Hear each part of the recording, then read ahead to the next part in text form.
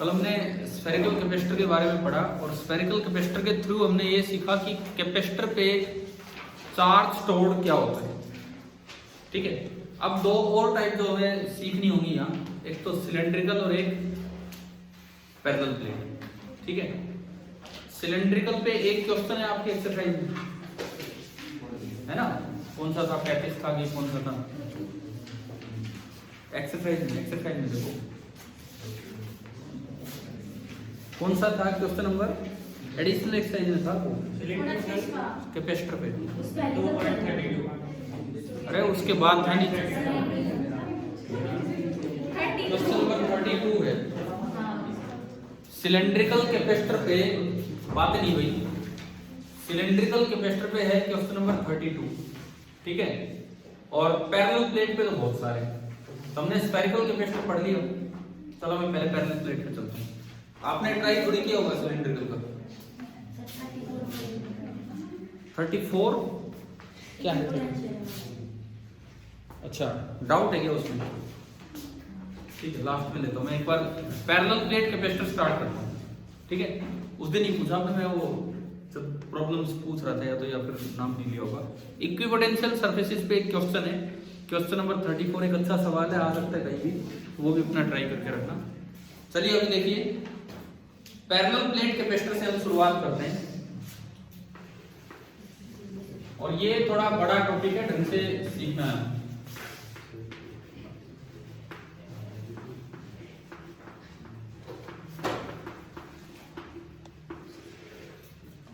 Capacitor तभी capacitor कहलाएगा जब उसकी प्लेट्स पे चार्ज हो, नहीं उसका होना ना होना कोई फर्क नहीं पड़ता।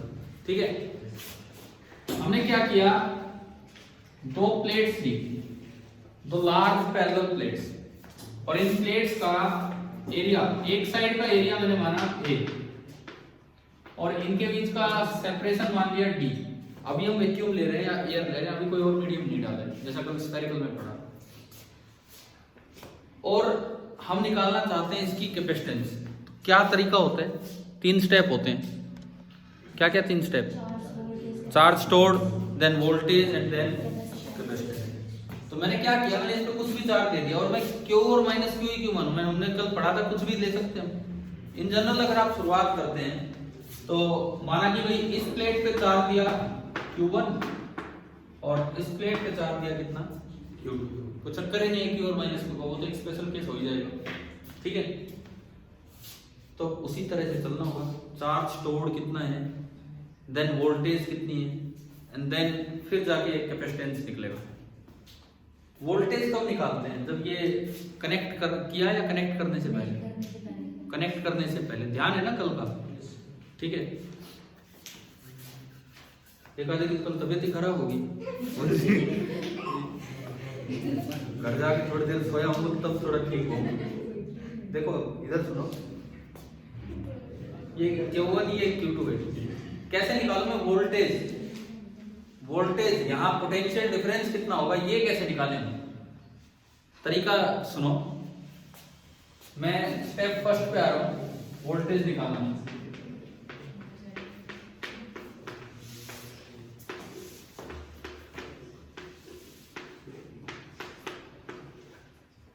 Step first find D.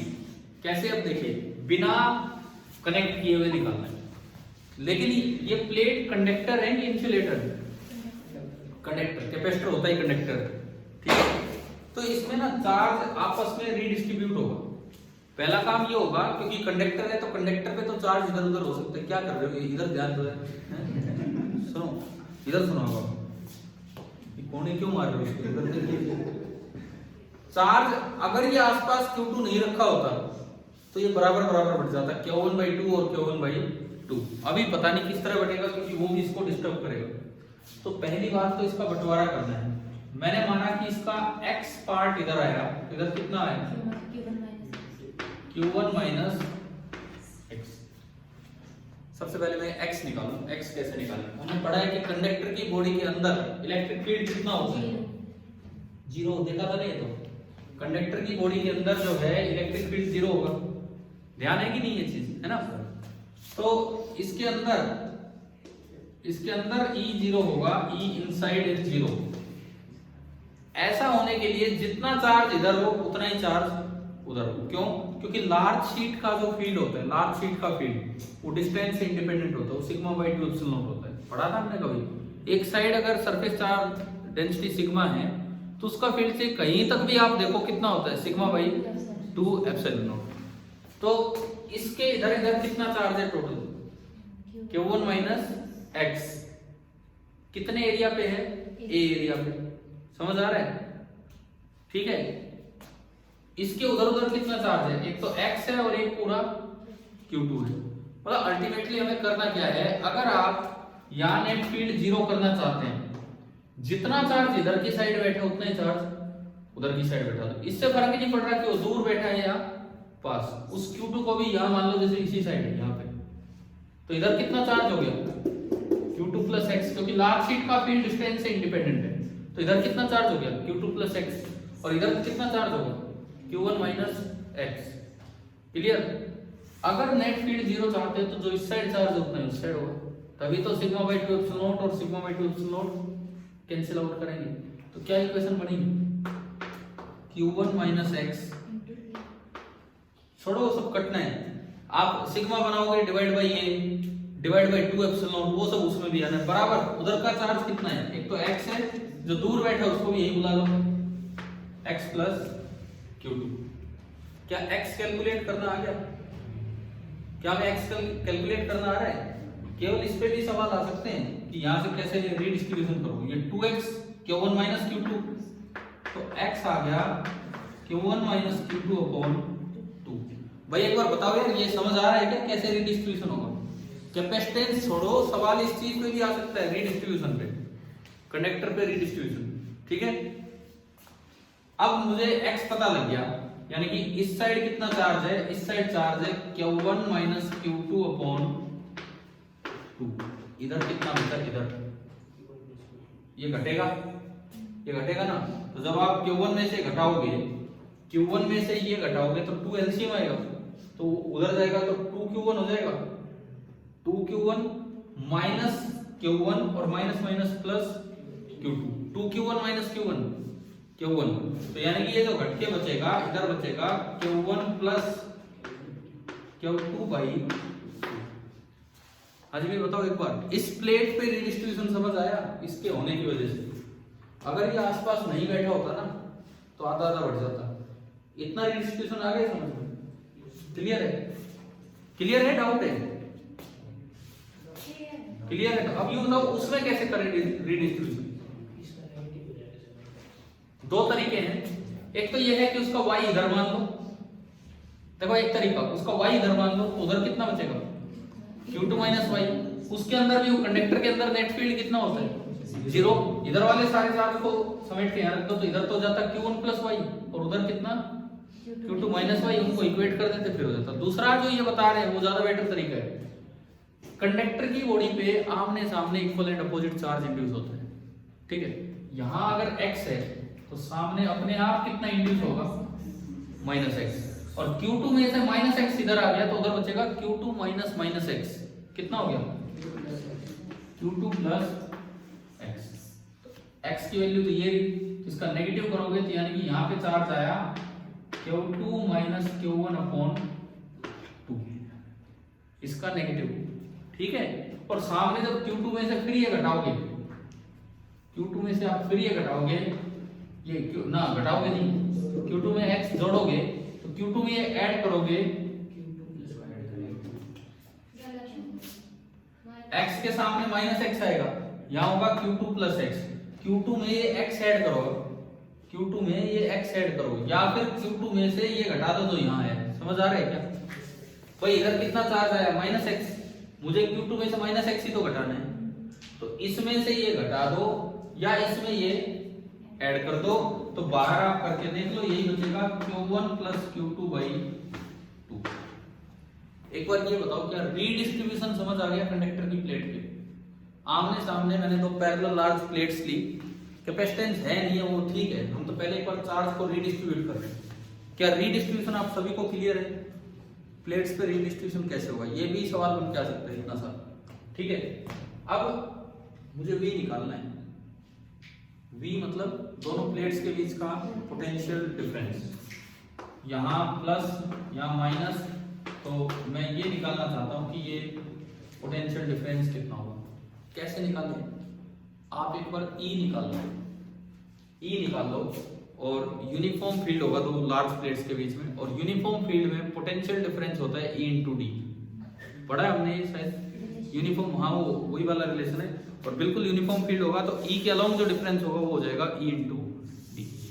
E कैसे निकालें, E कैसे निकालें, बहुत आसान तरीका। आपके पास 4 लेयर्स हैं, चारों का सिग्मा आ जाएगा Q by A, Q by A, Q by A, Q by A, और एक सिग्मा की वजह से, लार्ज प्लेट की वजह से फील्ड होता है सिग्मा अपॉन 2 एप्सिलॉन नॉट। पता है ना हमें, उससे फर्क नहीं पड़ता ये कंडक्टर है या नॉन कंडक्टर, पता है ये तो हमें। कंडक्टर वाला एक रिजल्ट अलग था कि बस एक सेकंड का सिग्मा देखो उसके हिसाब से, ठीक है। तो देखते हैं वो वाला काम, देखते हैं। देखो यहां पे मैं अगर फील्ड लिखना चाहूं यहाँ पे, तो मेरे पास 4 लेयर हैं, 1 2 3 एंड 4 लेयर है मेरे पास। इसकी वजह से पहला फील्ड मैंने माना यहां पे बीच में E1, इसकी वजह से दूसरा फील्ड मैंने बीच में माना कितना, E2, इसकी वजह से मान लो ये अपने आप में पॉजिटिव है, तीसरा फील्ड इधर मानेंगे कितना, E3, और इसकी वजह से चौथा फील्ड इधर मानेंगे कितना, E4। ध्यान से देखो ये फील्ड कैसे निकाल रहे हैं, चारों लेयर्स की वजह से अलग अलग फील्ड। मैं अगर E1 लिखूं, E1 भाई E1 आपने किसकी वजह से माना है, इस वाले की वजह से माना है। इसका सिग्मा कितना है, डिवाइड बाई ए कर दो, डिवाइड बाई ए करेंगे वो इसका सिग्मा होगा। और एक लेयर की वजह से कहीं भी फील्ड लिखते हो तो होता है सिग्मा बाई 2 एप्सिलॉन। तो E1 आपका बनेगा Q1 plus Q2 by 2a, ये तो सिग्मा हो गया, और एक नीचे क्या आएगा, एप्सिलॉन। E1 लिखना आया कि नहीं आया बताओ। E1 आपका होता है सिग्मा बाई 2 एप्सिलॉन, तो एक और 2 आएगा, कितना हो जाएगा 4 एप्सिलॉन, ठीक है। फिर मैं E2 लिखूं, E2 इसकी वजह से फिर से वही आपने बनाया Q1 minus Q2 by 2a, ये तो हो गया सिग्मा, और डिवाइड बाई 2 एप्सिलॉन, कितना हुआ 4a एप्सिलॉन। फिर आप E3 लिखो, मैं अपनी तरफ से सबको पॉजिटिव मान रहा हूं, वो अपने आप में पॉजिटिव उसकी डायरेक्शन इधर कर दी। E3 इसकी वजह से Q2 minus Q1 upon 4a epsilon. और सिमिलरली E4 कितना होगा, Q1 plus Q2 divided by 4a epsilon. क्या यहां तक समझ आ गया।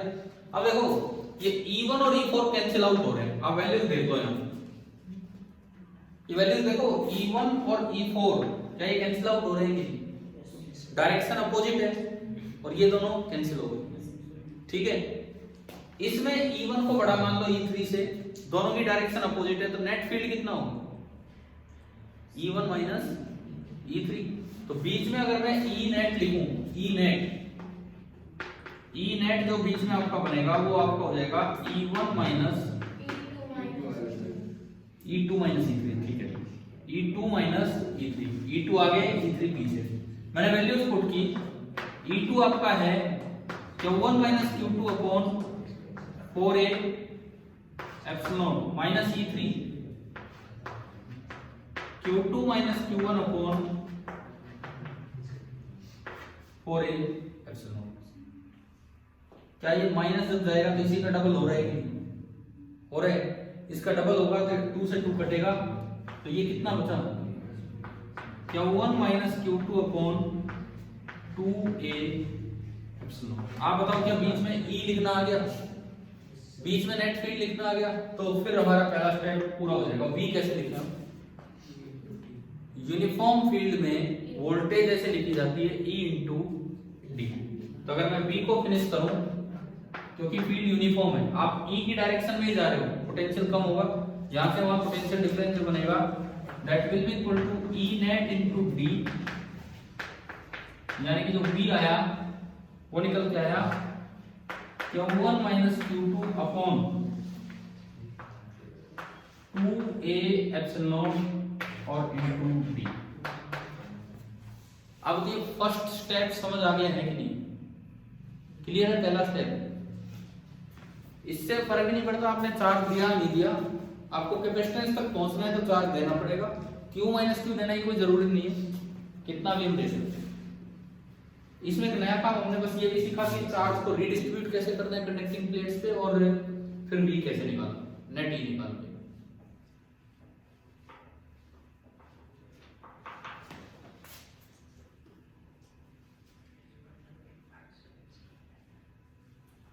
डायरेक्ट हम इसकी वैल्यू कैसे निकाल सकते थे? अगर हम इसको चार पार्ट्स में ना देखते, डायरेक्टली कंडक्टर की प्रॉपर्टी का यूज करके चलते तो देखो ये मैं मान के चल रहा हूं, इसमें let Q1 is greater than. Directly कैसे देखते हो वो सुनो। ये कंडक्टर है, यहां सिग्मा कितना है, यहां इधर, यहां चार्ज कितना है Q1 माइनस Q2 बाई 2, तो यहां सिग्मा कितना है Q1 minus Q2 divide by 2A। Clear है?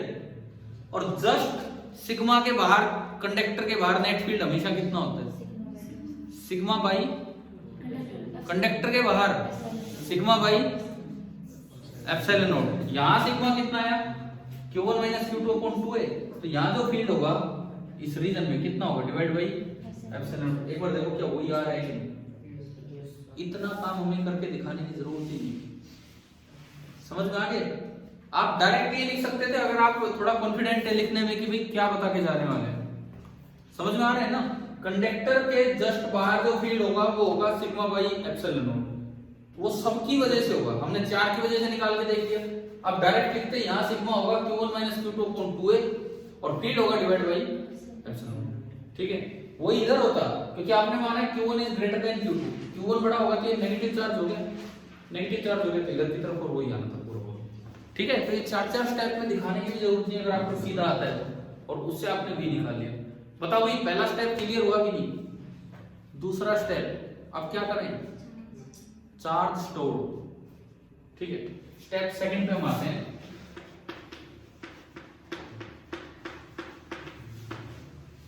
स्टेप सेकंड, इसमें हम निकालेंगे चार्ज स्टोर्ड कितना है इस कैपेसिटर पे। चार्ज स्टोर्ड का क्या मतलब था, कल पढ़ा था। अगर मैं इनको ज्वाइन कर दूं एक कंडक्टिंग वायर से, फ्रीली चलने दूं चार्ज को, तो एक मिनट आप बताओ, कल चार्ज स्टोर्ड का मतलब पढ़ाया था, क्या मतलब था चार्ज स्टोर्ड का? पता क्यों नहीं है? चार्ज स्टोर्ड ऑन कैपेसिटर क्या?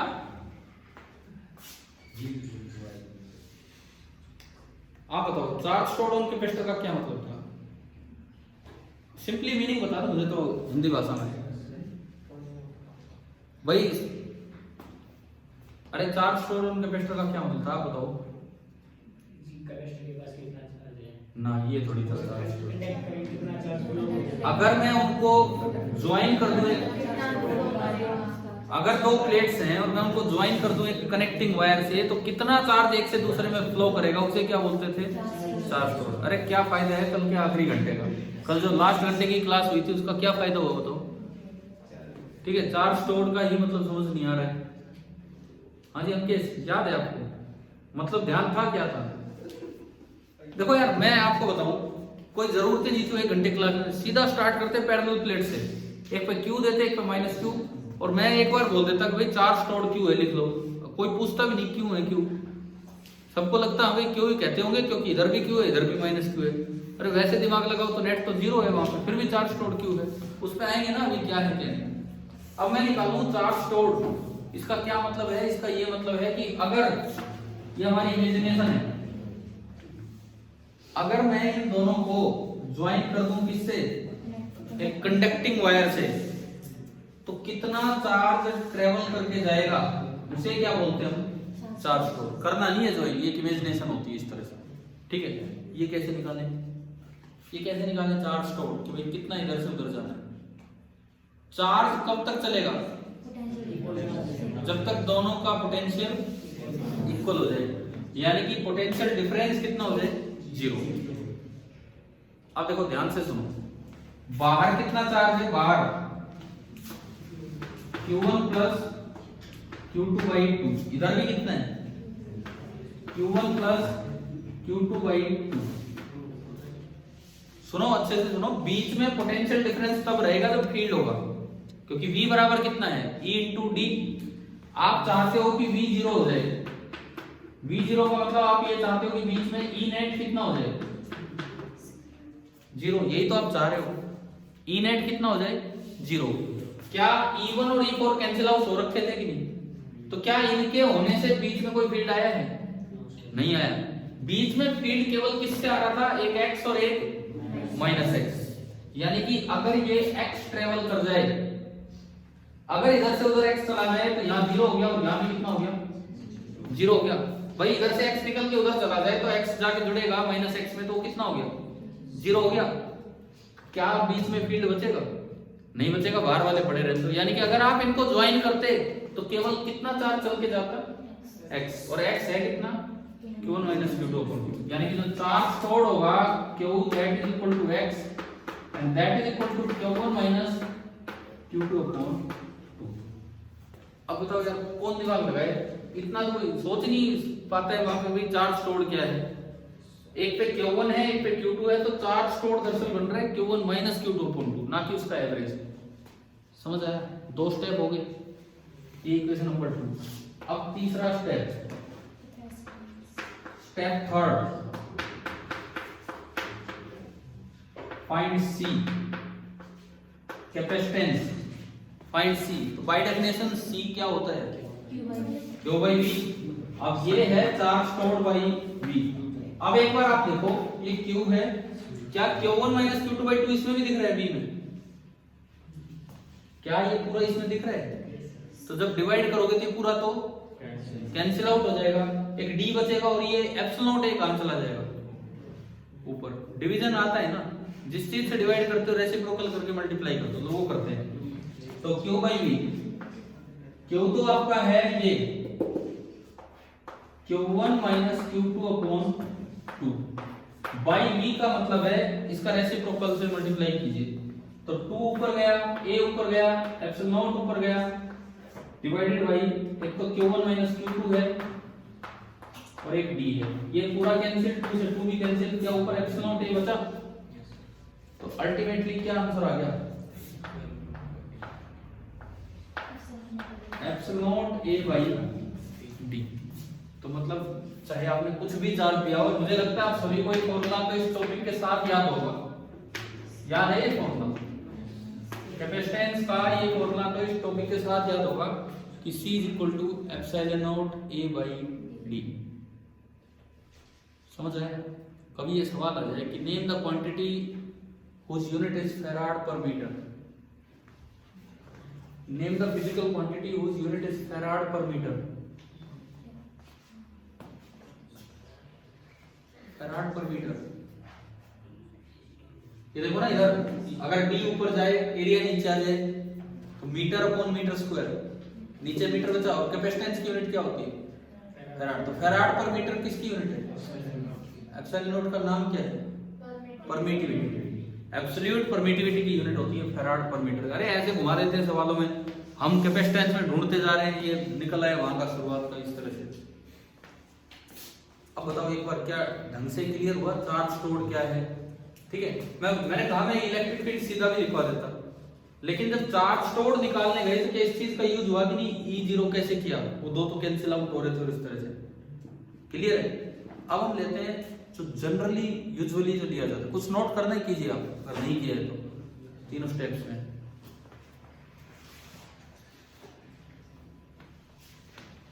अब कल जब आओगे मैं फिर पूछूं चार्ज स्टोर्ड का क्या मतलब है, फिर नहीं पता होगा। मैं ना आपसे मैंने पूछा कहाँ है, अभी मैंने तो और बच्चों ने पूछा था।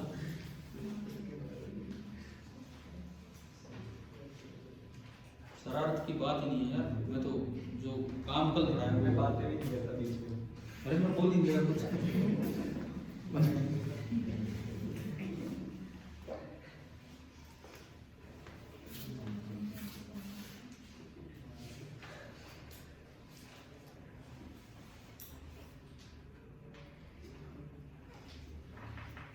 चले भाई, हो गया क्या? अब देखो इसके बाद लिखो स्पेशल केस या यूजुअल केस। यूजुअल केस वही है हमारा special case. Usual case, usual case में आप क्या बनाओ, दो प्लेट बनाओ ऐसी, एरिया एक साइड का ए, डिस्टेंस बी, लेकिन एक पे चार्ज क्यू दो और एक पे माइनस क्यू, एक पे क्यू और एक पे माइनस क्यू। यूजुअल केस ये होता है, ठीक है। सबसे पहले करो रीडिस्ट्रीब्यूशन, जैसे अभी किया वैसे आप कीजिए, जैसे अभी किया वैसे पहले इसके अंदर x मानो, बाहर कितना बचेगा q माइनस एक्स, करके दिखाओ ये सारा काम।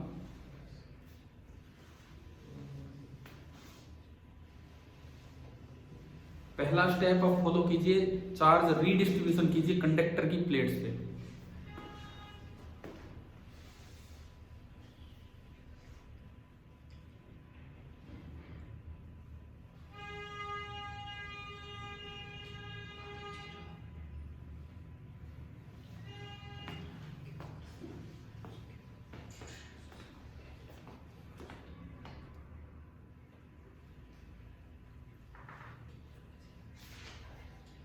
आ गया, रीडिस्ट्रीब्यूशन हो गया।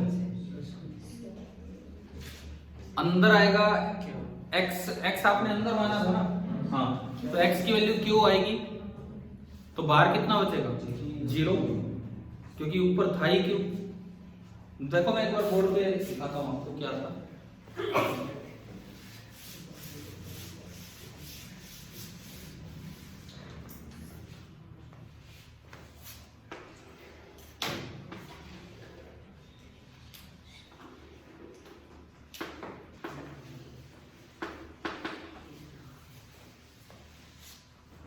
इनके बहन का वहां सिलेक्शन हो गया जहां बॉम्ब बनाए जाते हैं, एटम बॉम्ब इस तरह का।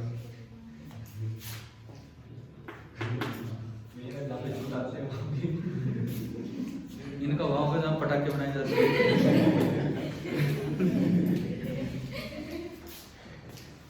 नहीं वो जैसे हमारी तो स्टूडेंट रही थी 4 साल 9th to 12th, बल्कि वो जब 9th में तभी मैंने 9th स्टार्ट की थी, ये लगा लो तभी पढ़ाना ही स्टार्ट किया था, पता नहीं तभी और हाँ मे भी होंगे उस दिन उस फोटो में भी।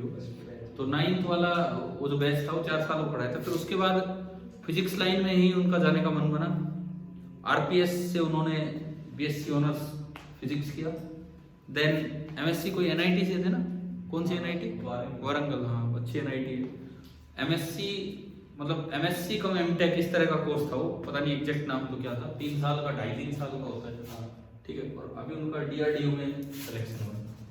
बाकी ये कह रहे हैं इसलिए मुझे ज्यादा विश्वास नहीं, मैं पूछूंगा ठीक है, शायद हुआ ही होगा, देखते हैं। इधर सुनो, नहीं अगर इन केस वो यहाँ कभी होंगी तो मैं जरूर एक बार आपसे मिलवाने के लिए तो बुलाएंगे, क्योंकि आगे के लिए कि उसने क्या कुछ पढ़ाई किया। 9th to 12th तो आपका भी फिनिश होने वाला है, 12th में आप हो, लेकिन आगे उसने किस तरह से अपनी पढ़ाई की है उसके लिए जरूर पूछेंगे। देखिए मैं पूछ पाएगी कैसे पूछ, अरे ये हम पूछेंगे ना, ये क्यों नहीं पूछेंगे।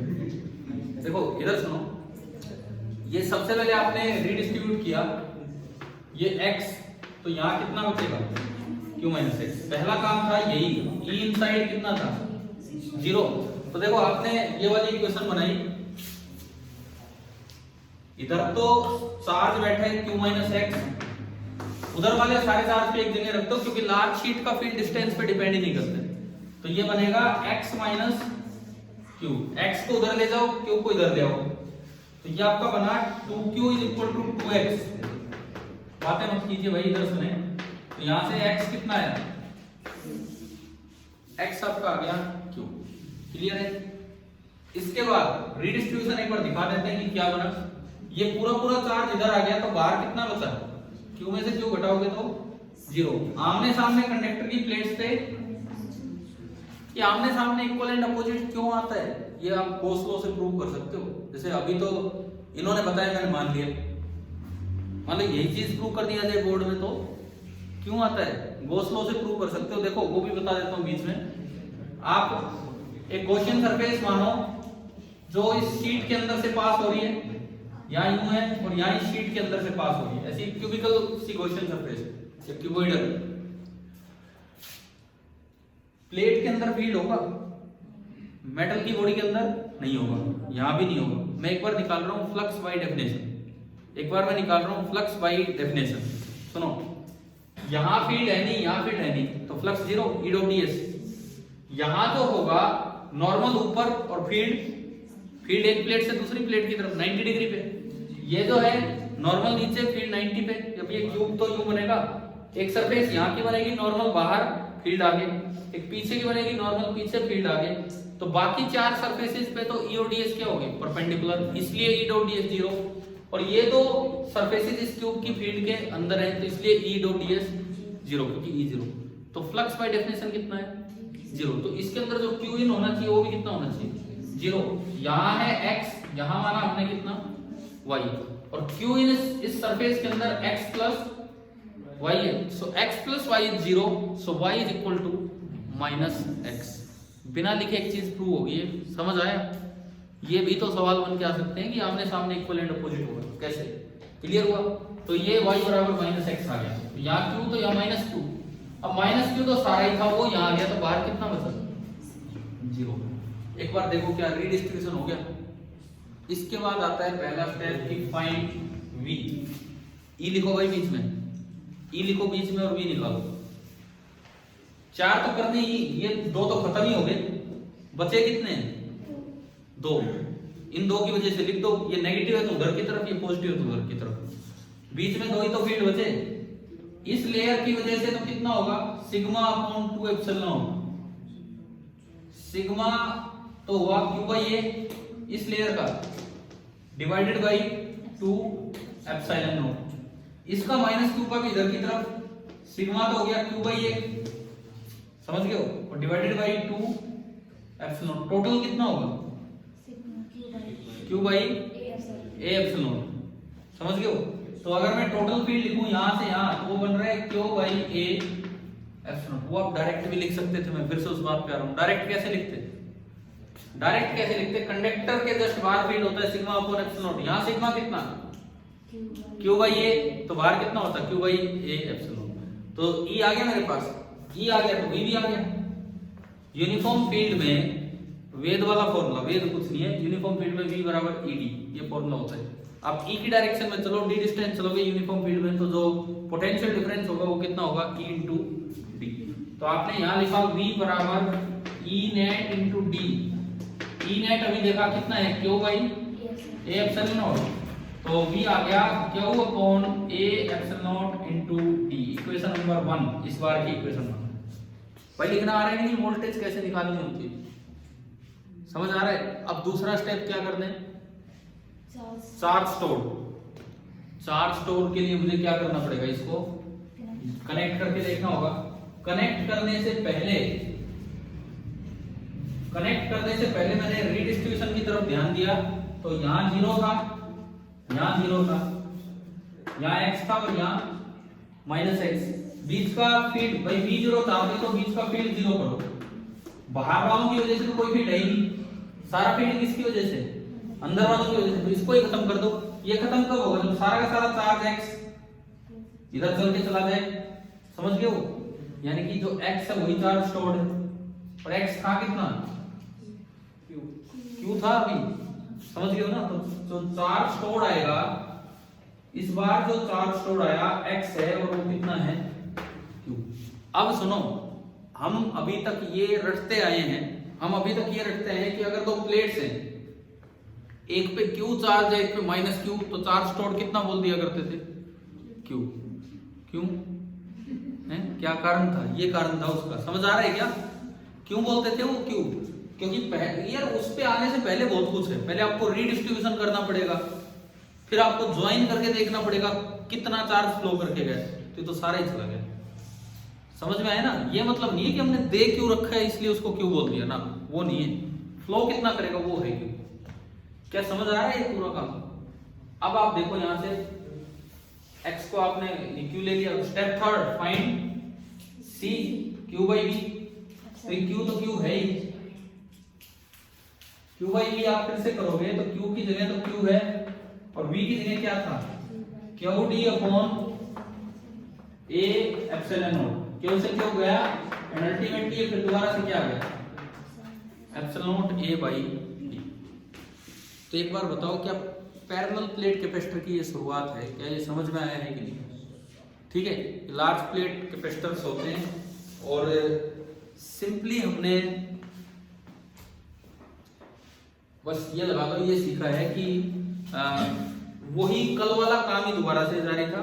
और मुझे लगता है, शायद मुझे लगता है कि देखो आप सबने कुछ तो एक लॉकडाउन का ईयर गया है, और अगर लॉकडाउन का ईयर ना भी जाए ना तो भी स्कूलों में बच्चे बस इतना ही ध्यान रखते हैं, इतना ही दिमाग में रह पाता है, क्यू माइनस क्यू तो बोले चार्ज स्टोर्ड क्यू। क्या आप ढंग से क्लियर होगी है नहीं सारी बातें?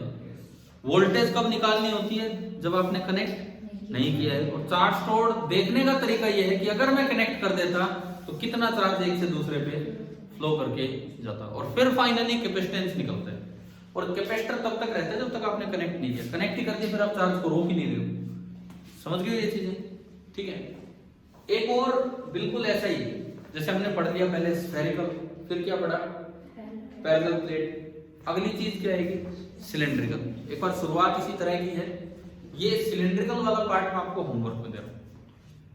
आपको उसके साथ वो क्वेश्चन नंबर कौन सा था, 32। हाँ, पहले तो सिलेंड्रिकल का ट्राई करना, क्योंकि आपकी बुक में ना स्फेरिकल भी अंदर नहीं है, थ्योरी में अंदर तो ओनली कौन सा दिया है, पैरेलल प्लेट। स्फेरिकल भी बाहर न्यूमेरिकल था, क्वेश्चन उसमें एक्सरसाइज में था, और सिलेंड्रिकल भी ऐसी है। आपको करना क्या होगा सिलेंड्रिकल के, आपको मैं इजी केस देता हूं, आप मत मानो Q1 Q2 फिर आप रिडिस्ट्रीब्यूशन में लगे रहोगे, क्योंकि क्या Q और माइनस Q मानने से कैपेसिटेंस अलग आया है कि वही आया है? वही आया है ना। तो कोई नया केस आए तो आप Q इतना काम बढ़ाते हो, अब सीधा मान लो एक पे Q है और एक पे माइनस Q, क्योंकि उसमें हमें याद हो जाता है कि चार्ज स्टोर्ड की वैल्यू Q आनी है। एक पे Q है एक पे माइनस Q, तो चार्ज स्टोर्ड वो Q निकल के आएगा। ठीक है, तो आप सिलेंड्रिकल वाला जब ट्राई करें, 2 सिलेंडर लें, ठीक है, 2 सिलेंडर मतलब कॉपी में लें, बस इस तरह से लिया है 2 सिलेंडर, तो 2 कोएक्सियल सिलेंडर लें, एक पे चार्ज अंदर वाले पे Q मान लो, बाहर वाले पे माइनस Q। पहले वहां पे पोटेंशियल डिफरेंस लिखो, कैसे लिखोगे, E निकालो। E कैसे निकालोगे, E कैसे निकालोगे, गॉस लॉ की मदद से निकलता है वैसे तो, गॉसियन से। जैसे लाइन वायर कमाना था, 2k लैम्डा अपॉन r, कुछ ऐसा याद है, 2k लैम्डा अपॉन r या lambda upon 2 pi epsilon not r, यही इसका होगा सिलेंडर का। वो अंदर वाला जो सिलेंडर उसको एक लीनियर वायर की तरह मान लो, सेंटर पे रखी हुई, बाहर वाले की वजह से अंदर कोई इफेक्ट होना नहीं, वो E आएगा। फिर आप V कैसे निकालोगे बताओ, एक बार बताओ मुझे, अगर E आ गया, मान लो आपने E लिख दिया, फिर V कैसे निकालोगे? यहां तो वेद वाला फॉर्मूला लग गया, V बराबर ED, वहां V बराबर ED नहीं लगेगा। कारण यह है कि वहां E यूनिफॉर्म नहीं आएगा। भाई यहाँ E में कहीं डिस्टेंस आ रहा है क्या? यहाँ E में जितना E यहाँ होगा उतना यहाँ होगा उतना यहाँ होगा, हर जगह E सेम है, तो डायरेक्ट आप लगा सकते हो V बराबर E इंटू डी। नहीं तो आपको करना पड़ता है dV is equal to minus E dot dr, और फिर इंटीग्रेट करके V1 से V2 तक जाएंगे और फिर निकलेगा पोटेंशियल डिफरेंस। चार्ज स्टोर्ड वो Q और माइनस Q देके सीधा Q हो जाएगा, and then finally last step आएगा Q बाई V। यार मुझे लगता है मैं ये करवा ही देता हूँ, आप करोगे नहीं है ना पता नहीं, ये कल भी फिर करवाना पड़ेगा, वही बात है। देखो अगली हेडिंग डालो, सिलेंड्रिकल कैपेसिटर। जो बताया आप ट्राई करो, मैं थोड़ा वेट करके 2 मिनट फिर आगे बढ़ेगा। सिलेंड्रिकल कैपेसिटर,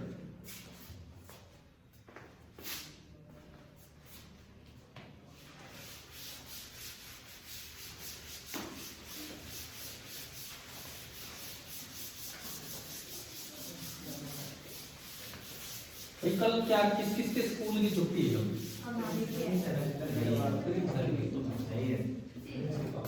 छुट्टी है? अरे किसी का स्कूल लग रहा है कल? कौन सा? HD? नहीं, कल कोई 4 घंटे की क्लास नहीं, मैं तो वैसे ही पूछ रहा हूँ, जबरदस्ती लगा रहे हो।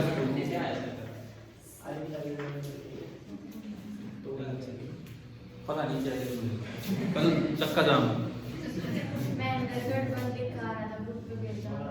सिलेंड्रिकल कैपेसिटर, यहाँ भी घोषणा ही हो रही है कनीना में कि भाई कल कनीना बंद रहेगा, कोई दुकान ना खोले और ये सब अनाउंस करते घूमते होते, शायद हो सकता है यहाँ भी बंद हो।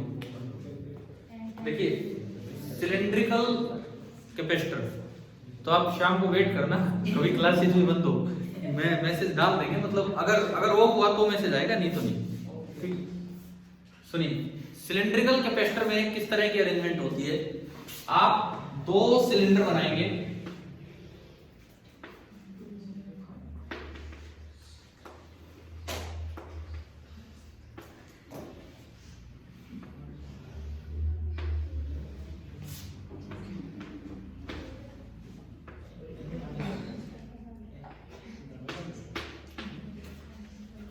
देखो भाई इधर सुनो, ये मेटालिक सिलेंडर है या इंसुलेटिंग सिलेंडर? कैपेसिटर होता ही कंडक्टर है, समझ गए हो ना। कैपेसिटर होता ही कंडक्टर है, उसकी जो प्लेट्स हैं, ये प्लेट्स हैं उसकी 2, ये कंडक्टर ही होगी। तो आपने ये 2 प्लेट्स दी।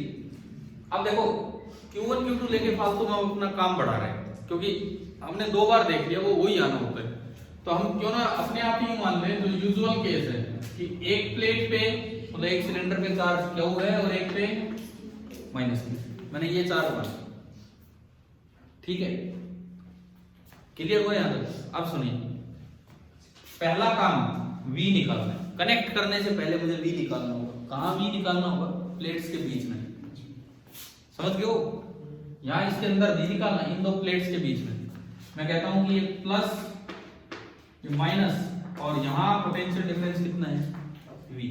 सबसे पहला काम V निकालो। V तब निकलेगा जब E आएगा, जैसे हमने पैरेलल प्लेट में किया। स्फीयर में तो V वैसे ही आ जाता था। स्फीयर में तो V निकालने का तरीका क्या था? एक का V1 लिख दो सबकी वजह से, एक का V2 लिख दो सबकी वजह से, क्योंकि हमारे पास स्फीयर के V के फॉर्मूले थे, तो उसमें हम E से नहीं गए, E से थोड़ा बड़ा बनता है। और फिर V1 V2 कल किया था, कल आखिरी क्लास में हमने, है ना। आज जैसे पैरेलल प्लेट का लिया, उसमें भी थोड़ा आसान बना। E लिखते ही डायरेक्ट V बराबर ED लग गया, क्योंकि E कांस्टेंट था। परंतु इसमें ऐसा नहीं होगा, इसमें पहले तो E लिखो, डायरेक्ट लिख सकते हो, लेकिन मैं एक बार बता देता हूं। यहां मान लो ये इसका एक्सिस है, मैं यहां से किसी r डिस्टेंस पे गया। अच्छा, इनर आउटर रेडियस मान लेते हैं, कुछ जरूरत पड़ेगी। सपोज इनर रेडियस है r1 और आउटर रेडियस कितना है? r2। Inner radius r1, outer radius r2, समझ आया? Inner radius r1, outer radius r2। अब देखिए, किसी भी r डिस्टेंस पे जाके मुझे फील्ड निकालना है, तो मैं एक गॉसियन सरफेस मानूं, तो मैंने क्या किया, कोई भी l लेंथ का एक सिलेंड्रिकल गॉसियन सरफेस बना दी।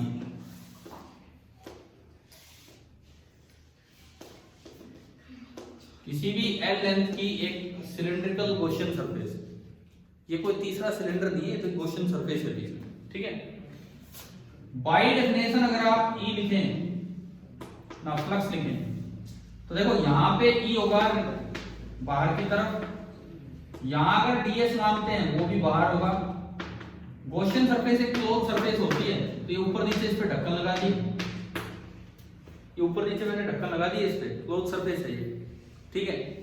इन ढक्कन, ये जो 2 ढक्कन है, ये जो 2 कैप्स हैं, इनमें फ्लक्स होगा नहीं। क्यों नहीं होगा? हाँ, क्योंकि E आगे है और ds ऊपर है, ठीक है। इस ढक्कन पे भी कुछ नहीं होगा, क्लियर है ना, क्योंकि E आगे है और ds नीचे है। कई सोच रहे मेरा नाम बार बार क्यों ले रहे हैं? अरे यार हम तो इन ढक्कनों की बात कर रहे हैं। इधर सुनो, ये ढक्कन ऊपर, ये ढक्कन नीचे, E और ds के बीच का एंगल 90 डिग्री, यहाँ भी E और ds के बीच का एंगल 90। अच्छा ये देखो, इस E और ds के बीच का एंगल 0 डिग्री। अगर मैं फ्लक्स लिखूं बाय डेफिनेशन, क्या बचेगा? एक बार मैं बता दूं, मैं तो इंटीग्रेशन भी नहीं लगाना चाहता। चलो आप लो,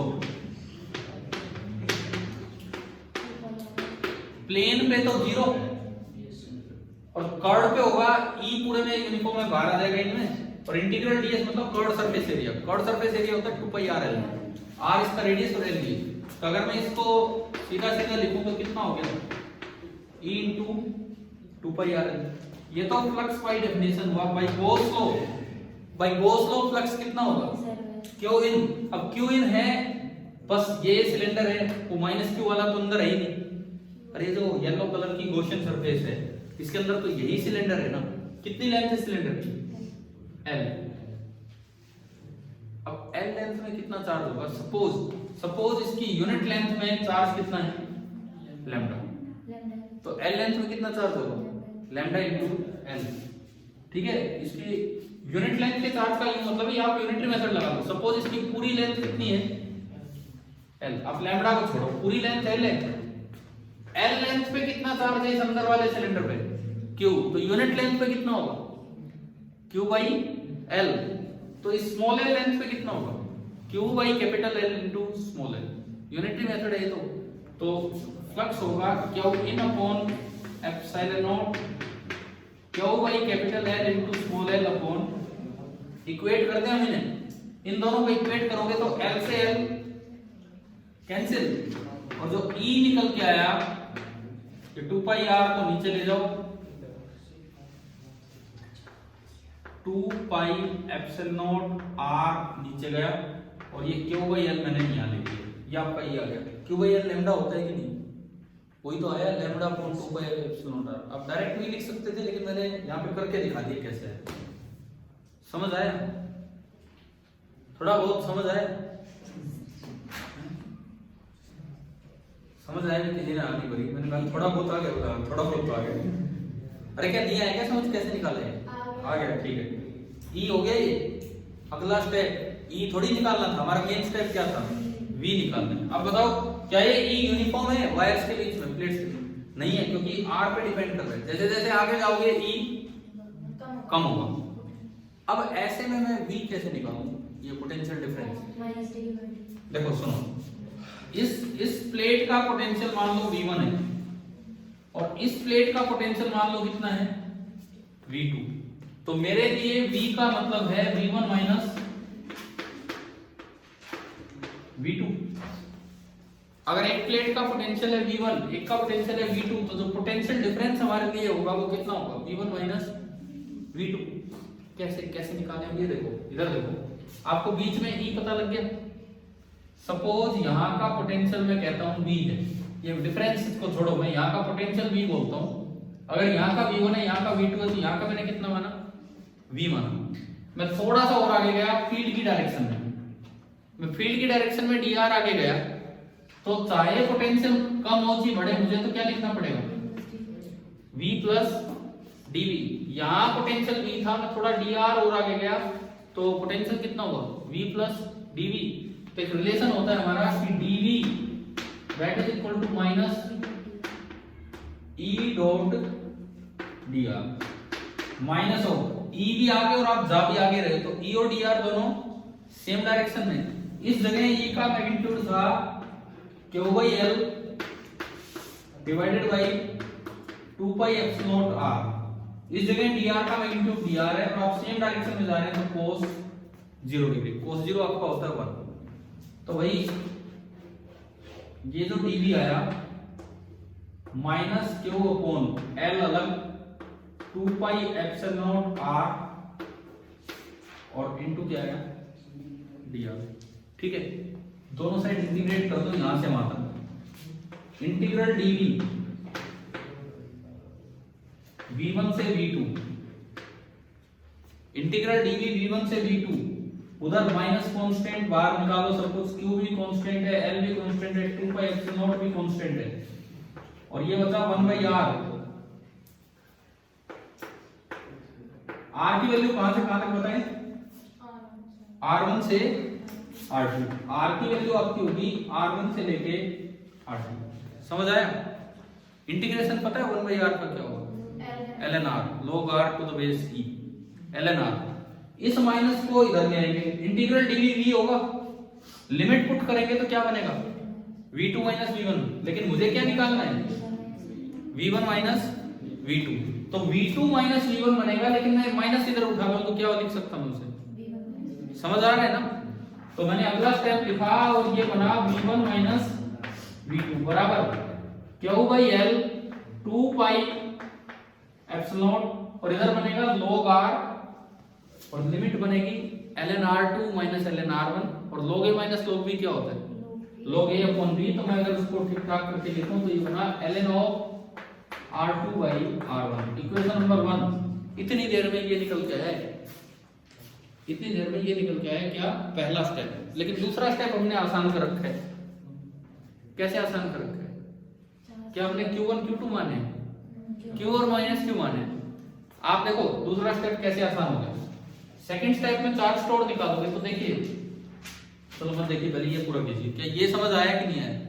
एक दो मैथमेटिकल स्टेप मैंने बीच में डायरेक्ट लिखे हैं जो आपको मैं बताता जा रहा हूं। क्या दूसरे स्टेप के लिए आपको इसके लिए इसको कनेक्ट करना होगा। कनेक्ट करेंगे तो चार्ज तब तक फ्लो करेगा जब तक पोटेंशियल डिफरेंस रहे। पोटेंशियल डिफरेंस तब तक रहेगा जब तक फील्ड रहे। तो अल्टीमेटली मुझे क्या खत्म करना है? यहाँ पे फील्ड खत्म करना है। यहाँ का फील्ड केवल किस पे डिपेंड करता है? इस पे। अभी तो किया हमने। यहाँ का फील्ड केवल इस पे डिपेंड कर रहा है। अगर ये खत्म हो जाए तो क्यू इन खत्म तो फील्ड खत्म। यानी कि अगर आप ये फील्ड खत्म करना चाहते हो तो पोटेंशियल डिफरेंस खत्म होगा और उसी को खत्म करने के लिए पूरा चार्ज ट्रेवल करके बाहर चला जाएगा। क्या आसान हो गया है कि नहीं ये सोचना? कुछ आ रहा है क्या समझ? भाई कनेक्ट करके चार्ज तब तक चलता है जब तक पोटेंशियल डिफरेंस ना बचे। पोटेंशियल डिफरेंस तब तक रहेगा यहाँ पे जब तक ई रहेगा। तो ई को खत्म करो बीच में। अंदर जो ई है वो केवल और केवल इस पे डिपेंड कर रहा था। अभी हमने प्रूव किया क्यों इन यही था। तो वो ई खत्म तब होगा जब ये खत्म हो, ये खत्म तब होगा जब ये सारा चला जाए। तो एक्स कितना हो गया? क्यू हो गया। तो चार्ज स्टोर्ड जो सेकंड स्टेप हमारा है तो चार्ज स्टोर्ड बोला जाएगा वो कितना हो गया? क्यू। और लास्ट स्टेप सी। सी क्या होगा? Q by V. जब आप चार्ज स्टोर्ड तो क्यू ही है और वी से डिवाइड करोगे तो क्यू से क्यू कैंसिल हो गया। तो देखो आपका सी निकल के आ रहा है जो मुझे नजर आ रहा है 2 pi epsilon not into L divided by ln of outer radius upon ln मतलब log टू द बेस।